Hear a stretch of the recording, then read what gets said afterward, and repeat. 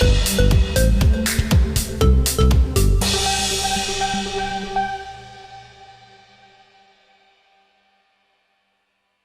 gimana nih Bang, bisa diceritakan Bang? Jadi, Ya kan seperti rekan-rekan wartawan dengar kan, semua replik jaksa itu udah kita bantah kan, tentang ada sandi katanya ikan dan sayur. Sebenarnya itu bukan sandi. Akri ini kan tinggalnya kan kampungnya kan di Morotai, Maluku Utara. Itu penghasil ikan terbesar, ikan segar yang diekspor ke Filipina.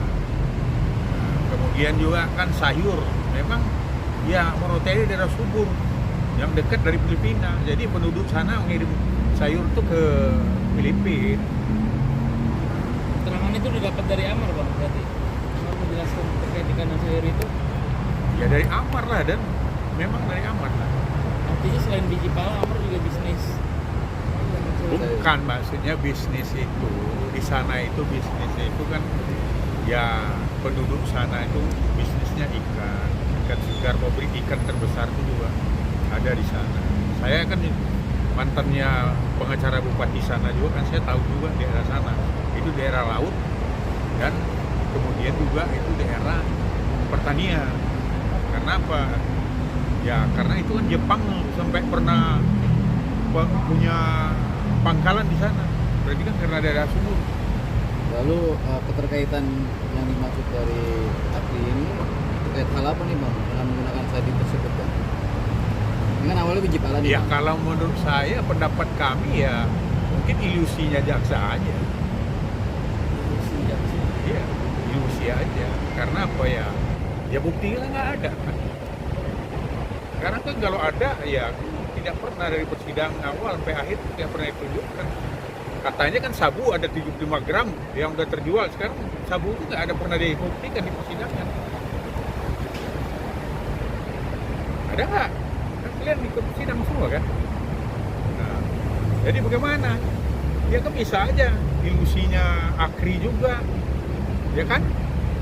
Karena dia tidak bisa mempertanggungjawabkan uang yang dia berikan, ya dia bilang ya karena posisinya sudah terjepit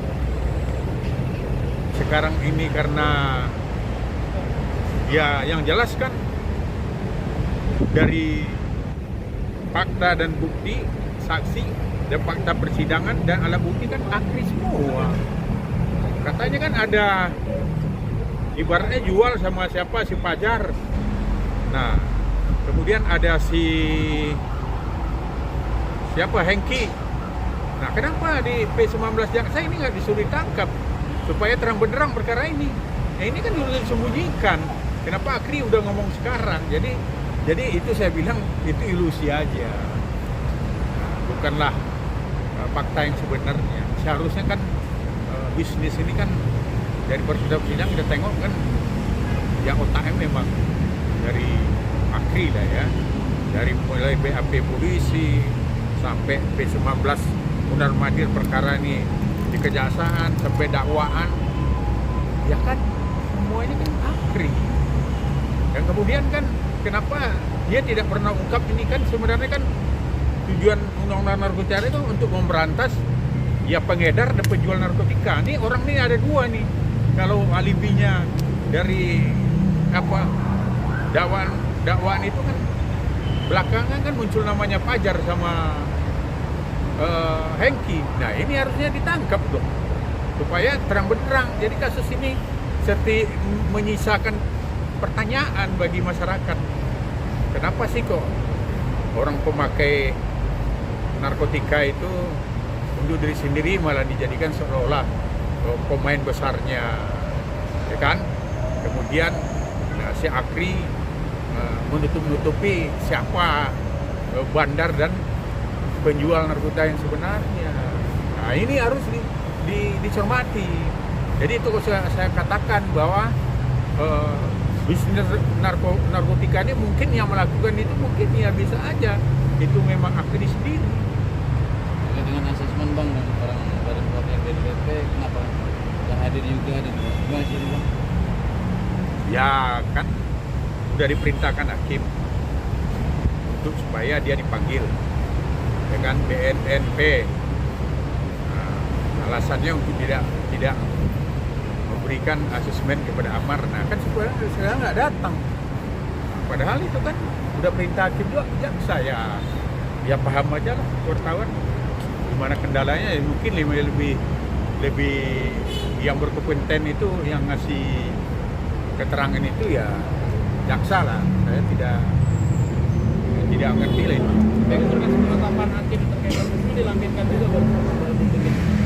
Oh ya ada pasti kan. Di pledoi juga ada. Dan ini kan penetapan terbuka untuk umum. Ya kan? Seperti kasusnya Peggy itu kan. Begitu ada penetapan, keputusan pengadilan, keputusan hakim kan dilaksanakan oleh Kapolri. Ini namanya menghormati hakim. Ya kalau di sini ya wartawan sendiri yang tahu apakah ini kenapa diulur-ulur tidak dilaksanakan ya nanti pertanyaan kepada JPU-nya. Bang melihat tadi dari Amar sendiri seolah-olah mengais mohon pada hakim seperti apa? Ya menurut saya wajar lah ya. Karena apa ya yang memutuskan kan hakim. Tentu dia bermohon kepada hakim. Ya, kan nggak mungkin dia bermohon ke jaksa. Jaksa udah jelas menuntutnya malah lebih tinggi lagi kepada kasusnya koruptor, ya kan? Koruptor itu tuntutannya 4 tahun itu kasusnya tol MBZ, kerugian negara 550 miliar, 510 miliar, dituntut oleh JPU cuma 4 tahun, diputus oleh hakim 3 tahun. Nah ini cuma perkara ya cuma untuk merusak diri sendiri aja dituntut 12 tahun. Oke. Ya. Oke cukup Bang. Makasih. Thank you. Sidang berikutnya berarti tanggal 20 Putusan. Oh langsung putusan Bang. Ya doain aja lah. Saya putusan tanggal 20 ya Bang berarti ya? baru diserahkan barusan mendengar duplik dari pihak Iya. Amar. Gimana Iya, tadi? pihak Amar gimana? Penasihat hukum. Penasihat hukum. Iya, bukan penasihat hukum, penasihat hukum. Penasihat Iya, hukum. UI makanya. Oke, gimana? Bang? Ya memang hak beliau kan, sehukum acara, nggak apa-apa, memang hak beliau. Nanti majelis hakim yang mempertimbangkan. Beliau sebut mungkin yang ikan dan sayur itu sebagai sandi itu merupakan ilusi dari pihak JPU. Nah, inilah kan Belum kita ada buktinya gimana? kita sudah buka percakapan WhatsApp antara saksi Akri dan terdakwa Muhammad Amar alias Amar Zoni. Kemana waktu itu? Teman-teman ini kan kita buka tuh kan di kamera kelihatan. Jadi sandinya itu ikan dan sayur kalau di dalam percakapan WhatsApp. Kalau keterangan Akri sayur itu ya sabu itu. Ada di percakapan WhatsApp mereka, ada di handphonenya. Sudah kita buka waktu persidangan dan disaksikan oleh ada kawan-kawan dari pers waktu itu, disaksikan majelis hakim, disaksikan saksi, terdakwa, penasihat hukum, semua menyaksikan. Tapi yang 75 gram katanya nggak pernah dibuktikan barangnya gitu Bang. 75 gram nggak ada memang, 95 gram yang ada. Iya. Itu. Yang ada 5 gram dipakai sendiri, 95 gram dijual untuk mencari keuntungan. Di fisiknya ada Bang terkait itu, Bang. Kalau di chat WhatsApp antara terdakwa dan saksi Akri, memang bahasnya narkotika, nggak ada bahas bisnis pala, bisnis apa nggak ada. Ini hanya alibi dari pihak apa namanya? Ya menurut saya begitu, karena kalau kami ngomong ada jual beli narkotika, kami berdasarkan keterangan Akri, berdasarkan chat WhatsApp, berdasarkan bukti yang sah, bukan asal ngomong. Dari pihak Amar sendiri kan bilang bahwa itu kan jual ikan dan sayur ke Filipina. Ini tadi mendengar dupliknya sendiri gimana dari JPU sendiri? Ya kami ya nggak bisa menanggapi lagi, ini udah terakhir memang. Kalau kami ya memang hak dia, ya silakan hak beliau kan. Memang penasihat hukum haknya menduplik kan. Disebut juga ada dugaan mengulur-ulur terkait asesmen itu Bang. Oh enggak, jadi asesmen kami terima tanggal 9 ya, 9 Juli kalau enggak salah ingat. Tanggal 17 kami sudah bersurat ke BNNP di mana mengulurnya. Jadi begini, yang bisa kami laksanakan itu yang resmi dikeluarkan oleh pengadilan. Yang dikeluarkan dari pihak lain kami tidak bisa melaksanakan. Kan ini apa? Ini sah enggak kan kita enggak tahu. Kalau dikeluarkan oleh pengadilan ini kan sah, jelas pertanggungjawabannya, itu yang bisa kami laksanakan. Ada tadi penasihat hukum bersurat ke kami melampirkan penetapan. Lah itu kan enggak sah, enggak bisa kami laksanakan itu. Yang kami laksanakan yang sah dikeluarkan dari sini, dari Pengadilan Negeri Jakarta Barat. Nah, surat itu keluar penetapan tanggal 9, tanggal 17-nya kami eksekusi. Artinya yang memperlambat apa emang prosesnya cukup lama, Pak? Kalau saya nggak tahu.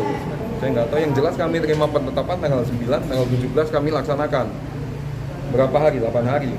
Wajar kan dalam rangka bersurat kan butuh waktu macam-macam kan, wajar saya rasa 8 hari. Untuk hari ini kan sebetulnya harusnya dihadirkan ya, Bang. Permintaan dari Majelis Hakim untuk hari ini dihadirkan juga pihak BNNP. Oh gitu, yang tadi ya. Iya, untuk yang sebelum. Jadi kemarin minta dihadirkan karena belum ada tanggapan surat. Nah, kemarin terakhir kan ternyata BNNP bersurat ke kami dan sudah kami balas lagi. Jadi tidak ada kami balas lama, nggak ada. Sepanjang kami terima langsung kami eksekusi.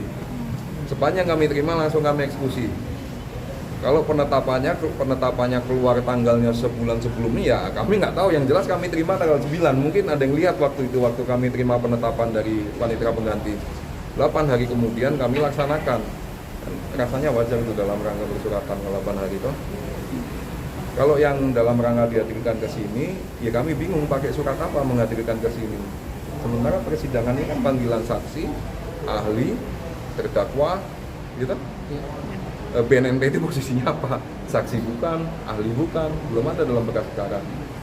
Dan yang kedua, suratnya sudah kami balas ke BNNP, surat kami. Jadi begini, ada peraturan kepala BNN, nomornya saya lupa, pasal 22 ayat 1, peraturan nomornya saya lupa. Boleh saya buka apa? Boleh. Bentar.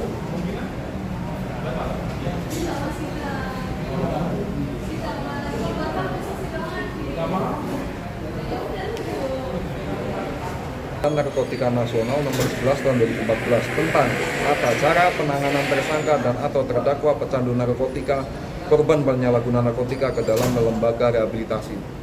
Gitu. Pasal 22 ayat 1. Penuntut umum untuk kepentingan penuntutan dan hakim untuk kepentingan pemeriksaan di sidang pengadilan dapat meminta bantuan kepada tim asesmen terpadu setempat untuk melakukan asesmen terhadap terdakwa. Gitu. Penuntutan itu sampai kapan? Bab 15 KUHP hanya sampai perubahan surat dakwaan. Dari limpah sampai perubahan surat dakwaan itu namanya penuntutan. Selepas dari itu namanya pemeriksaan persidangan. Penuntutan itu kan diatur di pasal 1 ke 7 KUHP itu kan tindakan penuntut umum melimpah, ya kan? Di ketentuan lainnya di bab 15 sampai perubahan dakwaan. Sekarang prosesnya kan sudah proses persidangan, gitu. Kalau misal bermohon, kami rasa bukan kami yang berhak di situ, ada resmi loh peraturan kepala BPN masuk lembaga negara, gitu. Dan terkhusus duplik ya tadi ya, ya semua yang dibacakan itu tadi peraturan Jaksa Agung, peraturan Mahkamah Agung itu nggak ada itu yang bisa menyebutkan BB 2 gram sekian bisa direhabilitasi, nggak ada. Coba baca silakan. Baik perja tentang penempatan terdakwa dalam lembaga rehabilitasi, baik perma, nggak ada. Perja perma BB sabu di atas maksimal 1 gram baru bisa dilakukan rehabilitasi, ditempatkan terdakwa ke dalam lembaga rehabilitasi. Itulah langkah kami dari awal, kenapa kami tidak menempatkan terdakwa di dalam lembaga rehabilitasi, karena kriterianya tidak masuk sebagaimana peraturan perundang-undangan. Masa kami harus menentang peraturan perundang-undangan? Kan tidak bisa, gitu. Kita menegakkan aturan itu kan harus sesuai aturan. Gimana penegak hukum menerobos aturan? Tidak boleh. Ada di peraturan Jaksa Agung, ada di Perma 4 2010. Ya, maksimal 1 gram satu. Nah, daripada Pak Jaksa Agung, Ketua Mahkamah Agung, Menteri Hukum dan HAM, Ketua BNN RI, Menteri Kesehatan itu ada peraturan bersama tuh. Ada di situ juga dibahas. Sudah kami tuangkan semua dalam tanggapan pledoi kemarin. Sudah kami tuangkan semua dibahas. Jadi tidak ada satupun regulasi yang bisa membenarkan terdakwa ditempatkan di tempat rehabilitasi. Tidak ada satupun regulasi. Masa kami harus melanggar regulasi? Tidak ada satupun. Tapi jangan khawatir, negara tetap menjamin terhadap rehabilitasi terdakwa. Tetap menjamin. Itu dilakukan di dalam lapas. Ada peraturan Menteri Hukum dan HAM nomor 12 tahun 2017. Nah, itu bisa nanti direhab, di asesmen oleh lapas bisa setelah menjadi narapidana. Itu aturan yang benar. Kalau memang PH ngomong ini wajib rehabilitasi, kami sependapat. Tapi bukan melalui mekanisme putusan. Karena putusan tidak bisa tuntutan putusan nggak bisa ngomong dia rehabilitasi karena bertentangan dengan surat edaran Mahkamah Agung, bertentangan dengan peraturan Jaksa Agung. Kalau melalui mekanisme putusan, mekanismenya itu tadi jadi narapidana di asesmen oleh Kalapas. Ada nanti coba googling tuh, Permen Kumham nomor 12 tahun 2017. Apa saya bacakan? Nggak usah kan? Terus terkait apa lagi? Jadi kemungkinan besar Amar tetap asesmen Amar jadi ACC. Nah, kalau itu wewenang BNNP. Tapi secara regulasi saya tegaskan tidak ada. Nah, tidak ada karena BB-nya Ya, lebih di dari atas surat edaran Mahkamah Agung dan peraturan Jaksa Agung. Terus apa lagi tadi eksepsi? Tidak. Iya kan? Nggak bisa. Jadi begitu mekanismenya, mesti jadi narapidana baru nanti direhabilitasi oleh lapas. Ada kalau nggak percaya coba tanya ke Direktorat Pemasyarakatan. Ada aturan beliau itu, aturan mereka beliau. Pak Reza berarti JPU tetap pada pendirian awal tetap 12 tahun. Oh iya dong, lo dia yang dia jual 95 gram loh. Walaupun waktu tertangkap cuma 2,6 gram plus barang bukti ganja, tapi yang sudah dijual 95 gram. Yang sudah dijual, gitu. Yang kedua tidak mengakui. Gitu? Dan putusan nanti seperti apa nih, Pak Reza? Monggo majelis hakim, tapi yang jelas aturannya begitu tadi, tidak boleh. Monggo silakan, kalau putusan kan memenang majelis hakim, silakan monggo aja. Oke. Oke kalau gitu. Pak Reza. Yo,